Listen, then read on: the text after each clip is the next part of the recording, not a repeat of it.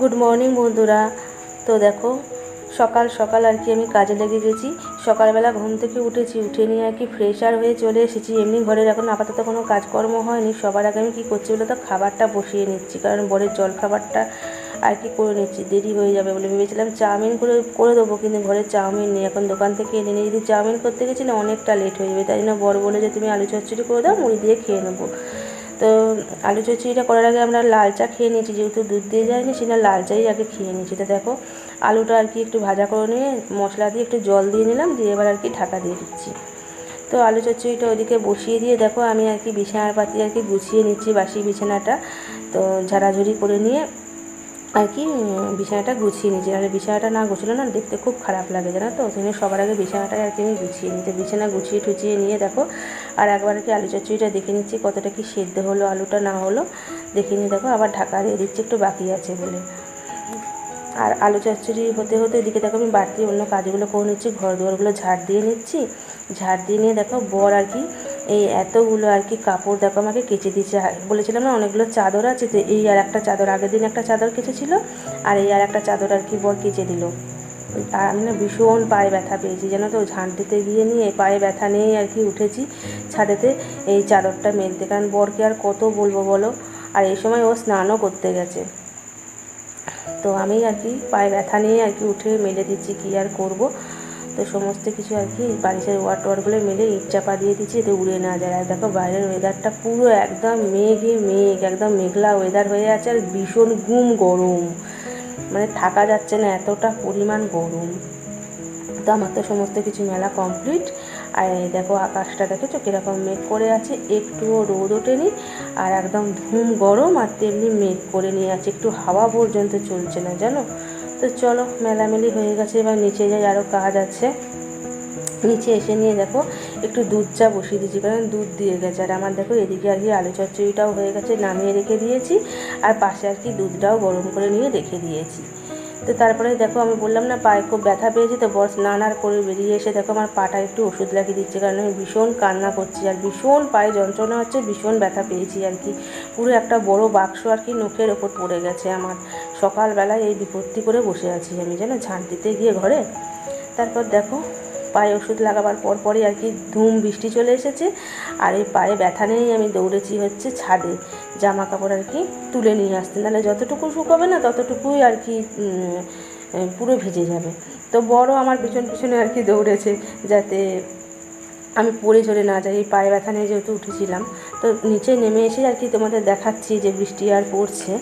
তো বৃষ্টি আর পড়লে কী হবে, আমাকে তো ঘরের কাজ করতেই হবে। তো দেখো ঘরের ভেতরটা এতটাই অন্ধকার, বাইরে যেহেতু খুব মেঘ করে আছে সেই জন্য ঘরের ভেতরটা এতটা অন্ধকার, এই সময় লাইটও অফ, আর বাইরেটা দেখো বৃষ্টি পড়ছে।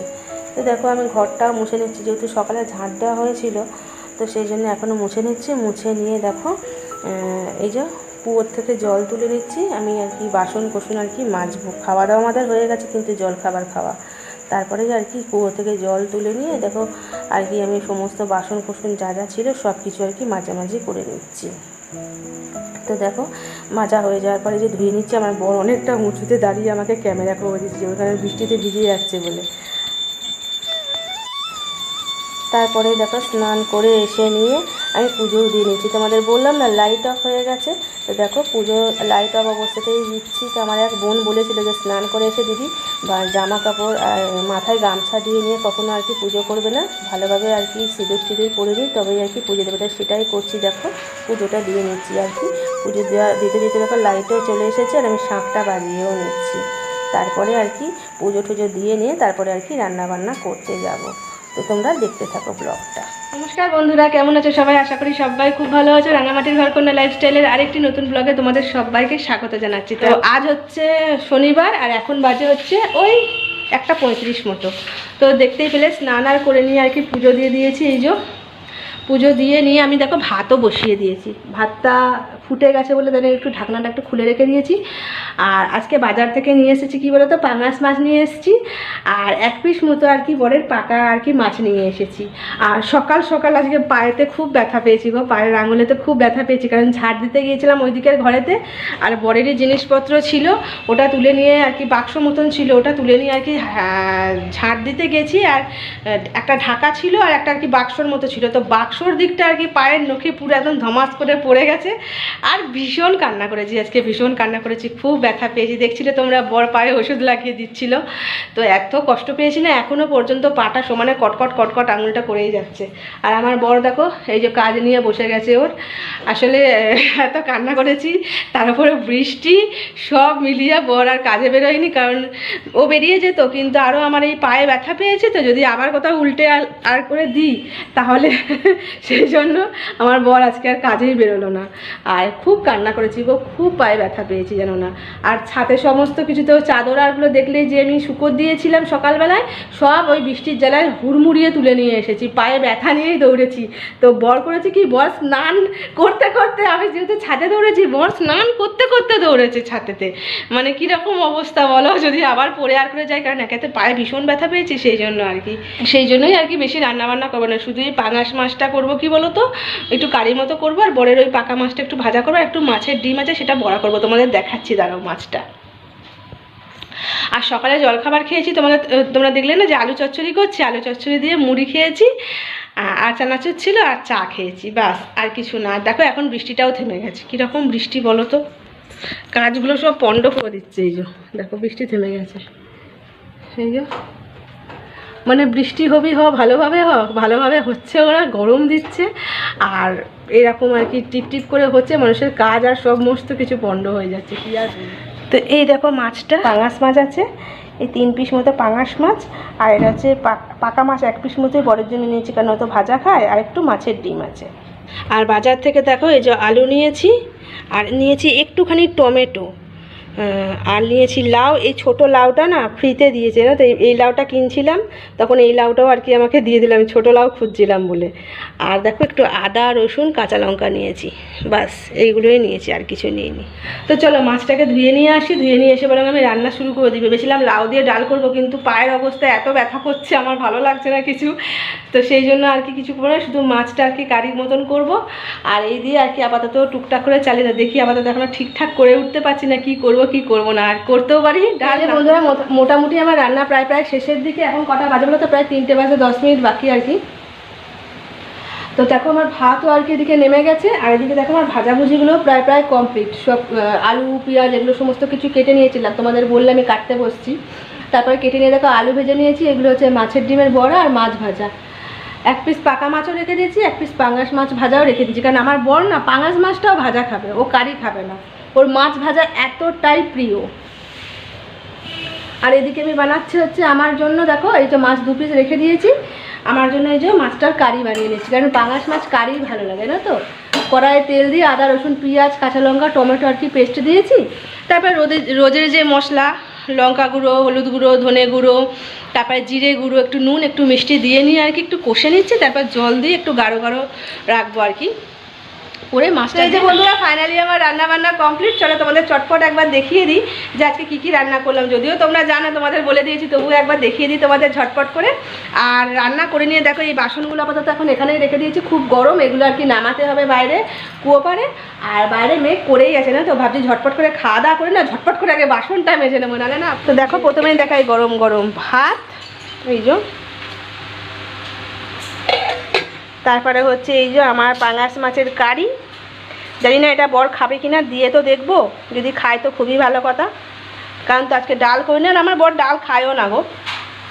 আর এখানে 3 রকম ভাজা আছে, 2 রকম মাছ ভাজা, এটা হচ্ছে পাঙাশ মাছ ভাজা, এটা হচ্ছে পাকা মাছটা ভাজা, আর এখানে আলু ভেজেছি, পেঁয়াজ দিইনি আজকে, প্লেন আলু ভেজেছি, আর এটা মাছের ডিমের বড়া ভাজা। এখান থেকে 1 পিস খাওয়া হয়ে গেছে আমার আর বরের দুজনেরই। আসলে মাছের পটকা ছিল জানো তো, সেই থাকে না শক্ত মতো পটকা মতন, তো পাকা মাছেরটা দেখবে খেতে বেশি ভালো লাগে, তো আমার বর খেতে খুব ভালোবাসে। আজকে যেহেতু বাড়িতে আছে, ঠান্ডা হয়ে গেলে তো ভালো লাগবে না, সেই জন্য গরম গরম ভেজে গরম গরমই ওকে আগে দিয়ে দিয়েছি, তো খেলো।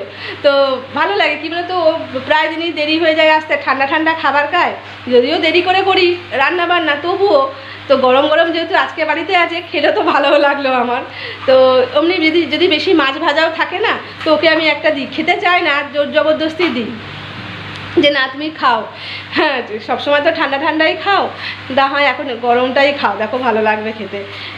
একটা সময় এমন গেছে যখন এক সংসারে ছিলাম, বিয়ের পর শুধু গরম চা বরকে করে দিয়েছিলাম বলে আমার শাশুড়ি অনেক কথা শুনিয়েছিল জানো তো। অথচ ওর নিজের ছেলেকেই করে দিচ্ছি, আমি নিজেও গরম চা খাচ্ছি না, তারপরেও আমাকে প্রচুর কথা শুনিয়েছিল আমার শাশুড়ি যে ও আবার কি ভালো জিনিস খাবে। মানে মায়ের কথা শোনো, যে নিজের ছেলেকে বলছে ও আবার কি ভালো জিনিস খাবে, আমি তোকে ওই রকমই করে দিতাম, মানে যেমন তেমন করে পারতো করে রেখে দিত। ধরো সকালে চা করে দিত, হয়তো 1-1.5 ঘন্টা 2 ঘন্টা পরে ও খেত, এরকম একটা ব্যাপার। অথচ কিন্তু আর যে দুজন ছিল আমার দেওর ননদ, তাদের কিন্তু সঙ্গে সঙ্গে মুখের গোড়ায় একদম গরমা গরম চা একবারে গড়গড়ে করে দিত। কিন্তু আমার বরের বেলায় সেই জিনিস ছিল না। জানি না, আমি সবসময় বলতাম এটাও তো তোমার সন্তান, এ তো বড়, এদের মুখ থেকে তো সবার আগে তোমরা বাবা মা ডাক শুনেছে, তারপরেও কেন এসে তো তোমরা এরকম ব্যবহার করো, ওর দোষটা কোথায়? ওর তো কোনো দোষ নেই। আর আমার বরকে কি বলো তো, যা দেবে মানে ঠান্ডা দাও, গরম দাও, আধ সেদ্ধ ভাত দাও, আধ সেদ্ধ তরকারি দাও, আমার বর মুখে কোনো রাগ কাটে না। আমার বর বলে বলছি না, মানে মানুষটাই ও এরকমই, যার জন্যই ওর মা হয়তো এতটাই পার পেয়ে গেছে, মানে যেমন তেমন করে দিত। আর দুজন কিন্তু সেরকম নয়, যদি 19-20 হতো তাহলে বাবা সাংঘাতিক একদম ধুম মাচাতো, বাড়িতে ঝগড়া ঝামেলা করে একাকার কাণ্ড করতো। কিন্তু আমার বর মানুষটা এরকমই, এতটাই ঠান্ডা শান্ত মানুষ, মানে ও ঝগড়াঝাঁটি চেঁচামেচি এগুলো একদমই পছন্দ করে না। ও চুপচাপ খাওয়া দাওয়া করলো, খেলো দিলো, উঠে চলে গেল, ব্যাস, আর কিছু নয়। আর কি বলতো, ওর মধ্যে কেয়ারি ভাবটা প্রচণ্ড, যেটা আমি বিয়ের আগে থেকেই বুঝেছি। প্রচণ্ড কেয়ার নিতে পারে মানুষের, শুধু আমার ক্ষেত্রে নয়, প্রত্যেকটা মানুষের ক্ষেত্রে ওর কেয়ার যে ব্যাপারটা, একটা মানুষের প্রতি যে কেয়ার নেব, সে মানে কেয়ার যে ব্যাপারটা প্রচণ্ড পরিমাণে ওর মধ্যে না আমি দেখেছি। কী বলতো, যদি ওর জন্য আমার বরের একটা ধারণা হয় আমার জন্য গরম গরম রান্না বান্না করবে, আমার জন্য ভালো মন্দ কিছু করবে, তাহলে তো মানুষটার কষ্ট হবে, তার থেকে দরকার নেই, যা হয়েছে তাই খাবো, আধ কাঁচা হোক আধ পাকা হোক, মুখটাতে বলবে পর্যন্ত নয়। মানে এরকম, মানে খাবারে নুন হয়নি সেটাও বলবে না যে হ্যাঁ গো তুমি খাবারে আজকে নুন দাওনি, আমি খাওয়ার পর বলছি হ্যাঁ গো তুমি নুন যে দিনই খাবারে তুমি বুঝতে পারছো না, বলছে না নুন মেখে মেখে খাচ্ছি তো কোনো অসুবিধা হচ্ছে না। এইরকম মানে আমার বর মানুষটা এতটাই মানে কি বলবো, সাদা সিধা বলতে পারো, এতটাই সাদা সিধা, যার জন্যই হয়তো আজকে ওকে এইরকমভাবে আর কি ওর বাবা মা ঠকাতেও পারলেও বলতে পারো, বা ওর মাথাতেও আর কি চাপতে পারলো। তো যাই হোক, সৎপথে আছে বলে, এরকম ঠান্ডা শান্ত মানুষ বলে হয়তো ভগবানও ওর সাথে আছে, তাই হয়তো আজকে এই জায়গাটাতেও দাঁড়িয়ে আছে। আমি সবসময় চাই আমার বর এরকমই থাকুক গো, আমি সবসময় চাই আমার মানুষটা কমসে কম এরকমই থাকুক। আজ পর্যন্ত কোনোদিনও আমার উপরে গলা উঁচিয়ে আজ পর্যন্ত কথা বলেনি। হ্যাঁ অবশ্যই অন্যায় করলে তো একটুখানি বকা করবে, কিন্তু না, মানে ওর সেই যে একটা চরম যে একটা ব্যাপার, সে ব্যাপারটা নেই। তবে হ্যাঁ রেগে গেলে খুব সাংঘাতিক, বলে না শান্ত মানুষ রেগে গেলে তাকে ঠান্ডা করা মুশকিল, তেমন আমার বর রেগে গেলে মানে মাথা ঠান্ডা করা যায় না, ওটা খুব রাগি। তো যাই হোক, সেরকম রাগ এখনো পর্যন্ত আমি দেখিনি আর দেখতেও চাই না। তো চলো ঝটপট করে আমরা খাওয়া দাওয়া খেয়ে নিই, বুঝলে। আবার বৃষ্টি নামবো করছে, এখন থেমে আছে, তাই বলছি তুই থেমেই থাক, আগে আমি বাসনটা মেজে কমপ্লিট করে ঘরটায় ঢুকি, তাহলে যত খুশি বৃষ্টি হয় আমার কোনো সমস্যা নেই। আর ঘরের ভেতর থাকলে বাইরে যদি বৃষ্টি হয় খুবই ভালো লাগে, জানো তো, আমার তো খুব ভালো লাগে। তো যাই হোক চলো তোমাদের সঙ্গে তখন। গুড ইভিনিং বন্ধুরা। তো দেখো দুপুরবেলা খাওয়া দাওয়া করার পর আর কি একটু শুয়েছিলাম, আর দুপুরবেলাতে চলে এসেছিলো আমার জ্বর, পায়ে সেই ব্যথা সকালবেলা পেয়েছিলাম না, সেই ব্যথার চোটে আমার জ্বর এসে গিয়েছিল। 6:45-র দিকে উঠলাম, উঠে নিয়ে দেখছি জলের কল খুলে গেছে, কারণ আজকে সকালবেলা জলের কল খুলেনি, এই বিকেলে জলের কল খুললো, সেই বর আর বেরোলো না, বর থেকে গেল। গুড ইভিনিং গুড ইভিনিং বলছে। আমি এদিকে বসিয়ে দিচ্ছি ছোলা সেদ্ধ বসিয়েছি, এটা ছোলা আর আলু সেদ্ধ বসিয়েছি, রাতে আর কি রুটির সাথে খাবার জন্য তরকারি করব।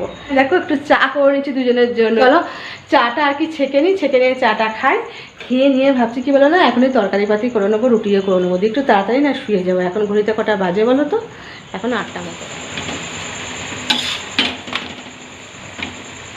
বন্ধুরা ফাইনালি আমি রাত্রেবেলায় খাওয়া দাওয়া করা কমপ্লিট করলাম, চা খেয়ে সন্ধ্যেবেলায় না একটুখানি বসেছিলাম আর কি, উঠে নিয়ে ওই 9টা সাড়ে 9টার দিক করে আর কি ছোলার তরকারির জন্য আদা রসুন পেঁয়াজ আর কি কুচি করে নিলাম, দিয়ে দেখো ছোলার তরকারিটা আমার রেডি করা হয়ে গেছে। এই দেখো কড়াইতেই রেখেছি এটা আর কি, খাবার দাবার রাতে আর খেয়ে নিয়ে তারপর আর কি আলাদা জায়গায় ঢেলে রেখে দেবো, দিয়ে কড়াইটা বাইরে বের করে দেবো। আর রুটি তো আমার কমপ্লিট হয়েই গেছে, তোমরা দেখলে রুটি করছিলাম, বরের জন্য করে রেখেছি ভাজা, আর আমার জন্য করেছি প্লেন রুটি। এই যে হ্যালো বন্ধুরা, আজকে সারাদিনটা আমার এইভাবেই কাটলো পায়ে ব্যথা নিয়ে। তো আজকে আর ভিডিওটা বড় করছি না, দেখা হবে আবার একটা নতুন কোনো ব্লগ ভিডিওর সাথে। ততক্ষণের জন্য সবাই খুব ভালো থেকো, সুস্থ থেকো, নিজেদের খেয়াল রেখো। আর আমার ভিডিও ভালো লাগলে অবশ্যই একটা লাইক কমেন্ট শেয়ার করে দিও, আর আমার চ্যানেলটা সাবস্ক্রাইব করে আমার পাশে থেকো। তো তোমাদের সবাইকে টাটা আর গুড নাইট, সবাই খুব ভালো থেকো।